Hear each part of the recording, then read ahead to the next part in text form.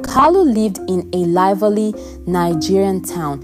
He was a hardworking man. Kalu was the kind of man every parent prayed their daughter would marry. He was tall, handsome, and had the kind of charm that made people smile when they saw him. To top it all off, Kalu owned several successful businesses. He was a big man in town, and as expected, his success attracted many beautiful young women. Kalu had a type. The more beautiful and educated the woman, the more interested he was. Unfortunately, despite how perfect they seemed on the outside, none of Kalu's relationships ever lasted. It was as if love was playing hide and seek with him. Every time he thought he had found the one, things would fall apart. One evening, after yet another breakup, Kalu sat on his balcony, watching the sunset and sipping palm wine. He sighed deeply and said to himself, "Maybe my problem is that I've been going for the wrong women. Perhaps beauty and big grammar are not everything. Maybe I need to try someone different." From that day, Kalu decided to stop chasing the kind of women he usually went for.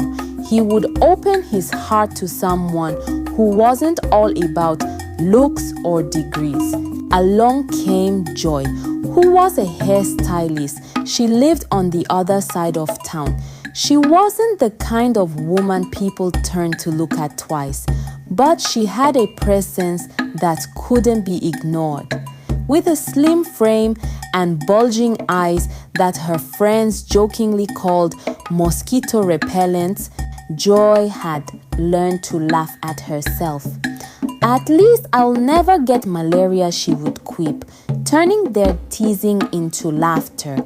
She lacked the curves and striking looks often celebrated in her community, but Joy's charm lay in her kind heart and boundless energy. Her full spirit was contagious, and her hands worked magic on hair. She didn't have a university degree, but her clients swore she had a PhD in hairstyling.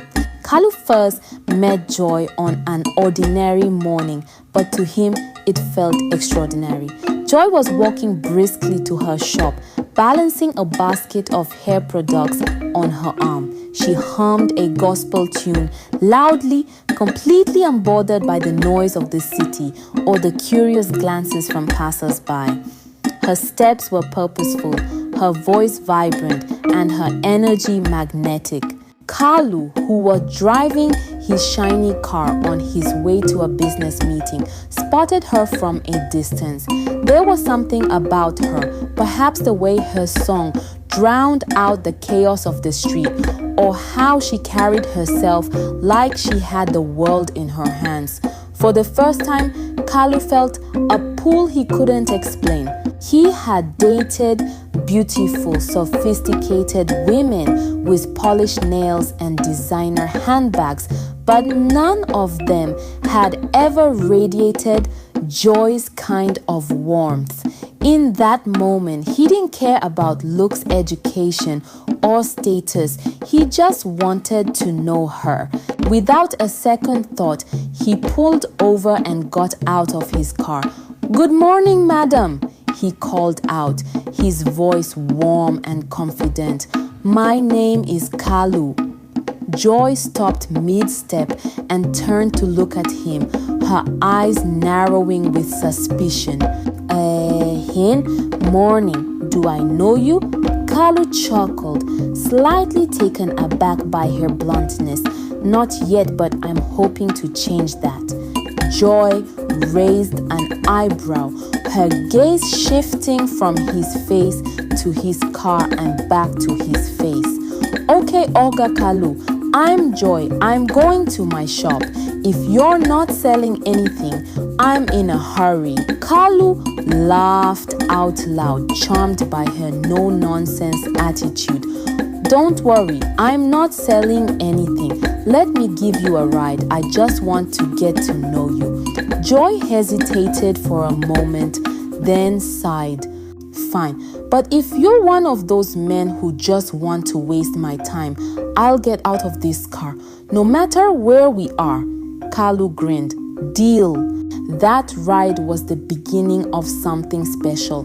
They talked the entire way to her shop, Joy occasionally breaking into laughter as Kalu shared stories about his misadventures in business. When they reached her shop, Kalu stepped out and helped her carry her basket inside, much to the surprise of her colleagues, who peeked through the window to see the flashy car parked outside. From that day, their friendship blossomed. Kalu became a regular visitor to her shop, bringing snacks for her and her assistants, and sometimes sitting in the corner to watch her work. He admired the way her hands moved skillfully through her client's hair, transforming dull strands into masterpieces. Joy was unlike any woman Kalo had met before. She didn't care about his wealth or status. She treated him like any other person, teasing him when he got too comfortable in her shop or when his jokes fell flat. Their bond deepened over time, and soon they became a couple. Joy's energy brought light into Kalu's otherwise structured and predictable life. She challenged him in ways he never expected, and he loved every bit of it. Kalu, in turn, introduced Joy to a world she'd never imagined, taking her to fancy restaurants and art exhibitions, always careful to ensure she felt comfortable. Despite their differences, they found a balance that worked, their love growing stronger with each passing day.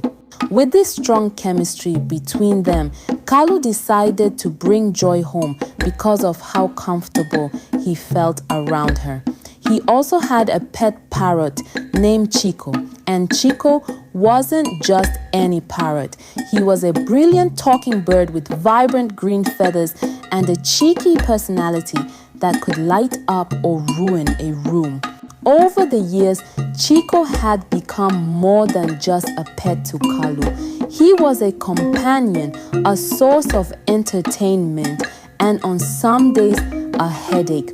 With his sharp wit and a habit of commenting on everything and everyone, Chico had a reputation in the neighborhood. If he liked you, you'd feel like royalty.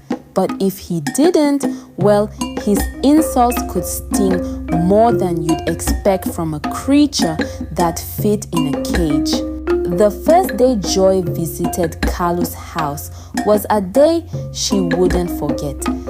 Chico was perched proudly on his favorite spot by the window, the late afternoon sun glinting off his glossy feathers. As Joy stepped into the room, Chico turned his head dramatically, one beady eye scanning her from head to toe.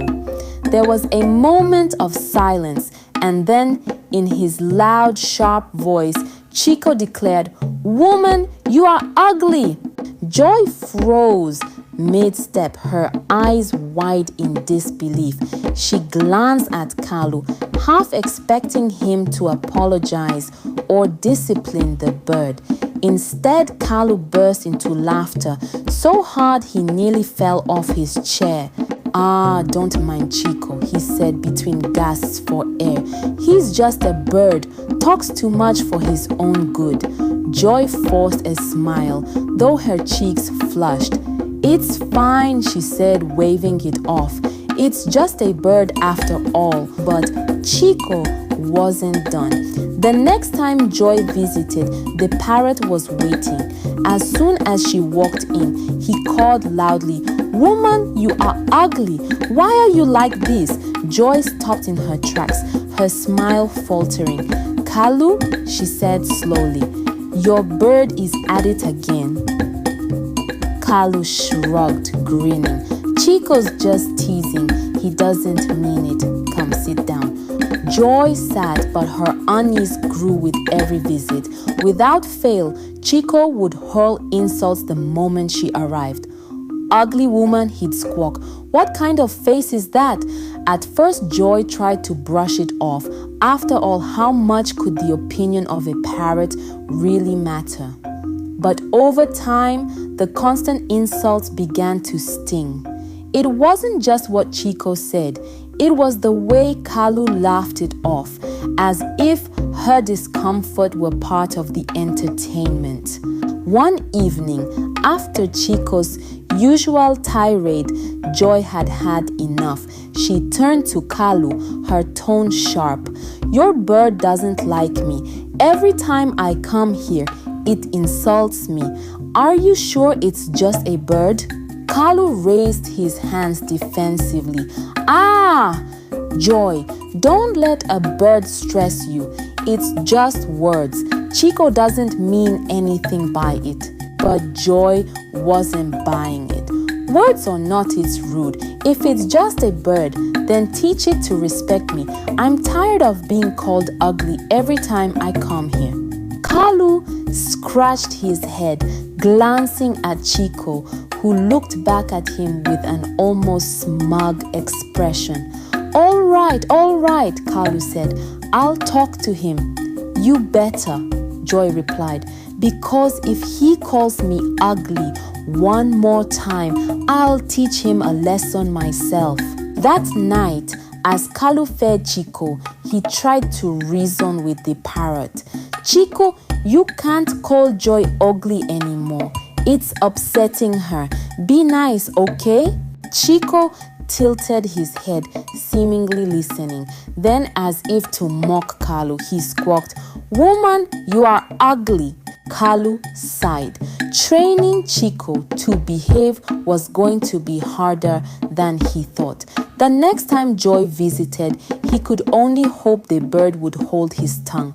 But deep down, he wasn't sure who would win this battle, Joy or the parrot, with a sharper tongue than most humans. However, even after the warning, Chico didn't learn his lesson. Every single time Joy stepped into the house, the parrot would screech at the top of his lungs.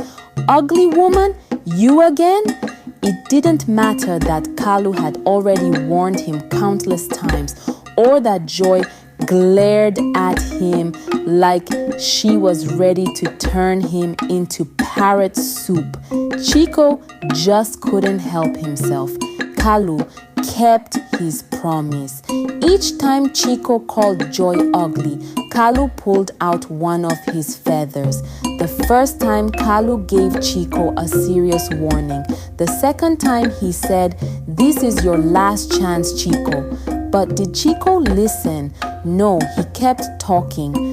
By the time Kalo had pulled out 10 feathers, Chico didn't look like his proud, colorful self anymore. Instead, he looked like a sad little bird with pink skin showing where his shiny green feathers used to be. Joy couldn't help but laugh the next time she walked in. There sat Chico on his perch, looking more like a plucked chicken than the proud parrot he once was. He glared at her with his beady eyes, clearly offended by his own humiliation. For a moment, she thought he might actually behave. But no, Chico tilted his nearly featherless head and croaked out in a raspy voice, "Still ugly!" Joy burst into laughter, doubling over as tears streamed down her face. "Kalu, your bird has no feathers left, and he's still roasting me." Kalu sighed, shaking his head. "Chico, at this rate, you'll be bald and still running your mouth." Chico puffed up his bare chest, well, as much as a featherless parrot could, and squawked, "Better bald than ugly." That was the final straw. Joy pointed at the bird and declared, "This parrot is going on a diet of silence." Kalu, holding back his laughter, carried Chico and his one lonely feather to another room. But even from there, they could hear him muttering under his breath, "Ugly, ugly, ugly." Chico was left with only one feather, looking like a plucked chicken. But Chico was a smart bird. He came up with a new plan. Instead of saying, "Woman, you are ugly," he started saying, "Woman, you are ugly." The word sounded fancy, and Joy, who wasn't very educated, thought it was a compliment. One day, Kalo asked Joy, "Has Chico been behaving himself?" Joy smiled. "Yes, he is a good bird now. Every time I come, he tells me I'm ugly. I think it means beautiful." Kalo stared at her, then burst into laughter. He laughed so hard, tears streamed down his face. Joy looked at him confused. "Why are you laughing? What's funny?" Kalo wiped his tears and shook his head. "Nothing, my dear, nothing at all." From that day, Chico and Joy became unlikely friends.